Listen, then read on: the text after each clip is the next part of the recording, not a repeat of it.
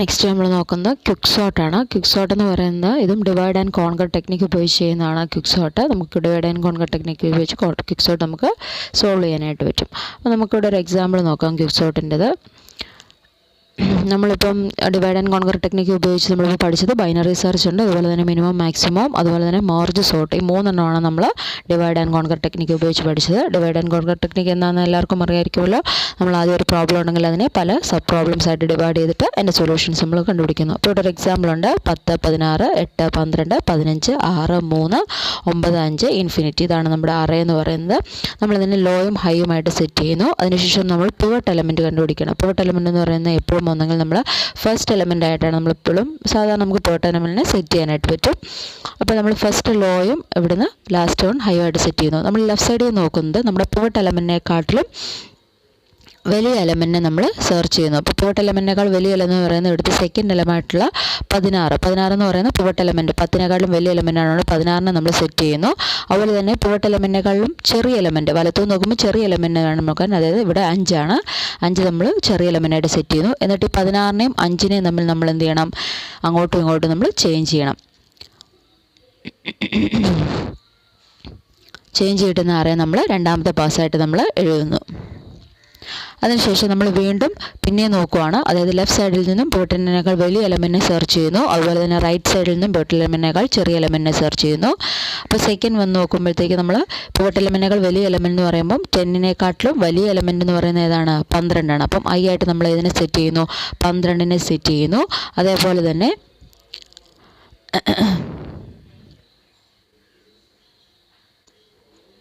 Right സൈഡിൽ നോക്കുമ്പോഴത്തേക്ക് pivot എലമെൻറ്റിനേക്കാൾ ചെറിയ എലമെൻറ്റ് എന്ന് പറയുമ്പോഴത്തേക്ക് ഏതാണ്, റൈറ്റ് സൈഡിൽ നോക്കുമ്പോൾ പിവട്ട് എലമെൻറ്റിനേക്കാൾ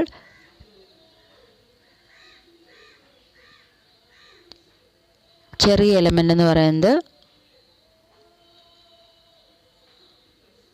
ചെറിയ മിസ്റ്റേക്ക് ഉണ്ട്. കാരണം നമ്മളിവിടെ ഇൻ്റർചേഞ്ച് ചെയ്തപ്പോൾ ഇപ്പുറത്ത് വരുന്ന 5ന് ഇങ്ങോട്ട് വരുമ്പോൾ ഇവിടെ 16 ആണ് വരേണ്ടത്. അപ്പോൾ പിവട്ട് എലമെൻറ്റിനേക്കാൾ ചെറിയ എലമെൻറ്റ് എന്ന് പറയുന്നത് ഇവിടെ വരുമ്പോഴത്തേക്ക് ഏതാണ്, 9 ആണ്. അത് 9 ആണ് നമ്മൾ എന്തായിട്ട് സെറ്റ് ചെയ്യുന്നത്, ജെ ആയിട്ട് നമ്മൾ സെറ്റ് ചെയ്യുന്നത്. 10നെക്കാൾ ചെറുതാണ് ജെ എന്ന് പറയുന്നത്. അങ്ങനെ നമ്മൾ 12ഉം 9ഉം നമ്മൾ എന്ത് ചെയ്യണം, അങ്ങോട്ടും ഇങ്ങോട്ടും ഇൻ്റർചേഞ്ച് ചെയ്യുക.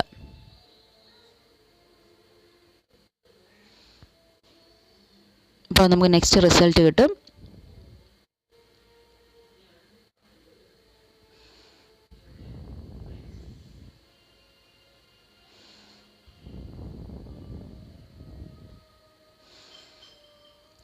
ഇനി നമ്മൾ എന്ത് ചെയ്യുക, വീണ്ടും ചെക്ക് ചെയ്യുക. ലെഫ്റ്റ് സൈഡിൽ നിന്നും പിവട്ട് എലമെൻറ്റിനെക്കാട്ടിലും വലിയ എലമെൻറ്റിനെയും റൈറ്റ് സൈഡിൽ നിന്നും പിവട്ട് എലമെൻറ്റിനേക്കാൾ ചെറിയ എലമെൻറ്റിനെയും നോക്കുക. അപ്പോൾ ലെഫ്റ്റ് സൈഡിൽ നമ്മൾ നോക്കുമ്പോൾ നമ്മുടെ പിവട്ട് എലമെൻറ്റ് ഇപ്പം 10 തന്നെയാണ്. 10നെ നോക്കുമ്പം 15 ആണ് നമ്മുടെ പിവട്ട് എലമെൻറ്റിനേക്കാൾ വലിയ എലമെൻറ്റ്. അപ്പോൾ നമ്മൾ 15 ഐ ആയിട്ട് സെറ്റ് ചെയ്യുന്നു. റൈറ്റ് സൈഡിൽ നോക്കുമ്പോഴത്തേക്ക് ഏതാണ്, പിവട്ട് എലമെൻറ്റിനേക്കാൾ ചെറിയ എലമെൻറ്റ് എന്ന് പറയുന്നത് 3 ആണ്. 3യെ നമ്മൾ ജെ ആയിട്ട് സെറ്റ് ചെയ്യുന്നു. നമ്മൾ വീണ്ടും എന്ത് ചെയ്യുന്നു, ഇൻ്റർചേഞ്ച് ചെയ്യുന്നു. ഇൻ്റർചേഞ്ച് ചെയ്യുമ്പോൾ നമുക്കൊരു പുതിയ അറേ കിട്ടുന്നു.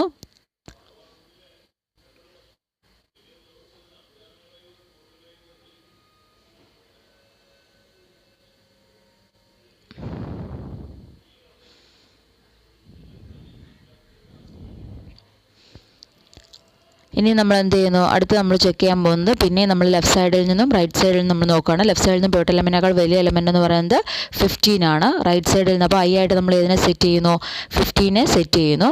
റൈറ്റ് സൈഡിൽ നോക്കുമ്പോൾ പിവട്ട് എലമെൻറ്റിനേക്കാൾ ചെറിയ എലമെൻറ്റ് 10നേക്കാൾ ചെറിയ എലമെൻറ്റ് എന്ന് പറയുന്നത് 6 ആണ്. അപ്പോൾ നമ്മൾ ജെ ആയിട്ട് 6നെ സെറ്റ് ചെയ്യുന്നു. അപ്പോൾ ഇവിടെ ഒരു ഇൻ്റർചേഞ്ച് ചെയ്യുന്ന ഒരു വ്യത്യാസമാണ്. നമ്മുടെ മിഡിൽ എലമെൻറ്റ് നമ്മുടെ പാസ് ചെയ്തു പോയി. അതായത് നമ്മുടെ റൈറ്റ് സൈഡിൽ നിന്ന് ലെഫ്റ്റ് സൈഡിലേക്ക് നമ്മൾ ഓവർടേക്ക് ചെയ്തു പോയി. അതുകൊണ്ട് നമ്മൾ എന്ത് ചെയ്യണം, ഇവിടെ നമ്മൾ 10ഉം 6ഉം തമ്മിലാണ് നമ്മൾ ഇൻ്റർചേഞ്ച് ചെയ്യുന്നത്. നമുക്കെപ്പോഴും ലെഫ്റ്റ് സൈഡിലായിരുന്നു നമ്മുടെ വലിയ എലമെൻറ്റ്, റൈറ്റ് സൈഡിലാണ് നമ്മുടെ ചെറിയ എലമെൻറ്റ് നിൽക്കേണ്ടത്. അപ്പോൾ ഇവിടെ നമ്മൾ ഓവർടേക്ക് ചെയ്ത് പോയതുകൊണ്ട് നമ്മൾ എന്ത് ചെയ്യുന്നു, ഇവിടെ 10നെയും 6നെയും തമ്മിൽ നമ്മൾ ഇൻ്റർചേഞ്ച് ചെയ്യുകയാണ് ചെയ്യുന്നത്.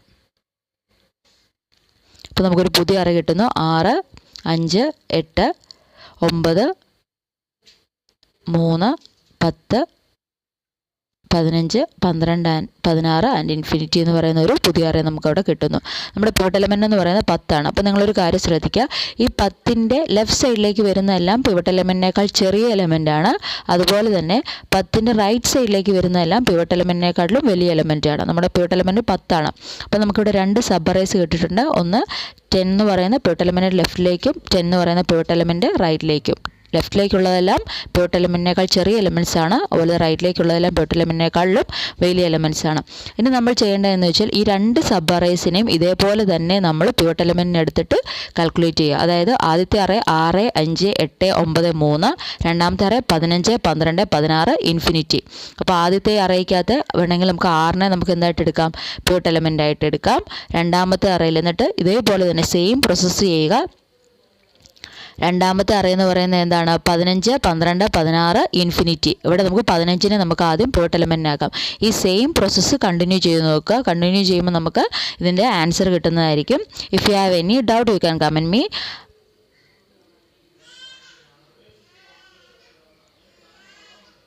കണ്ടോ, അവിടെ 6 എന്ന് പറയുന്ന പിവട്ട് എലമെൻ്റ് ആയിട്ട് എടുത്തിട്ട് ഇതേ പ്രോസസ്സ് തന്നെ ചെയ്യുക. അതായത് 6ൽ നിന്ന് വലിയ എലമെൻ്റ് എടുക്കുക. അപ്പോൾ വലിയ എലമെൻ്റ് എന്ന് പറയുമ്പോൾ ഇത് വരും 9 വരും, ചെറിയ എലമെൻ്റ് എന്ന് പറയുമ്പോൾ 3 വരും. അങ്ങനെ നമ്മൾ സെയിം രീതിയിൽ നമ്മൾ എന്ത് ചെയ്യുക, 6നേക്കാൾ വലിയ എലമെൻ്റ് ഇവിടെ 8 ഉണ്ട് കേട്ടോ, 8 ഉണ്ട്. ചെറിയ എലമെൻ്റ് എന്ന് പറയുന്നത് 3 ഉണ്ട്. അപ്പോൾ നമ്മൾ അങ്ങോട്ടും ഇങ്ങോട്ടും ഇൻ്റർചേഞ്ച് ചെയ്ത് സെയിം പ്രോസസ്സ് ചെയ്ത് കഴിയുമ്പോൾ നമുക്ക് കിട്ടുന്ന റിസൾട്ടാണ് ഈ എഴുതുന്നത്. ഈ റിസൾട്ട് ആയിരിക്കും നമുക്ക് ലാസ്റ്റ് അവസാനം നമുക്ക് ക്വിക്സോർട്ടിന് കിട്ടുന്നത്. ക്വിക്സോർട്ട് സാധാരണ സോർട്ടിനേക്കാൾ കുറച്ചൊരു കോംപ്ലിക്കേറ്റഡ് ആണ്. എന്നാൽ പോലും നമുക്ക് ചെയ്ത് നോക്കിയാൽ ആൻസർ കിട്ടുന്നതായിരിക്കും.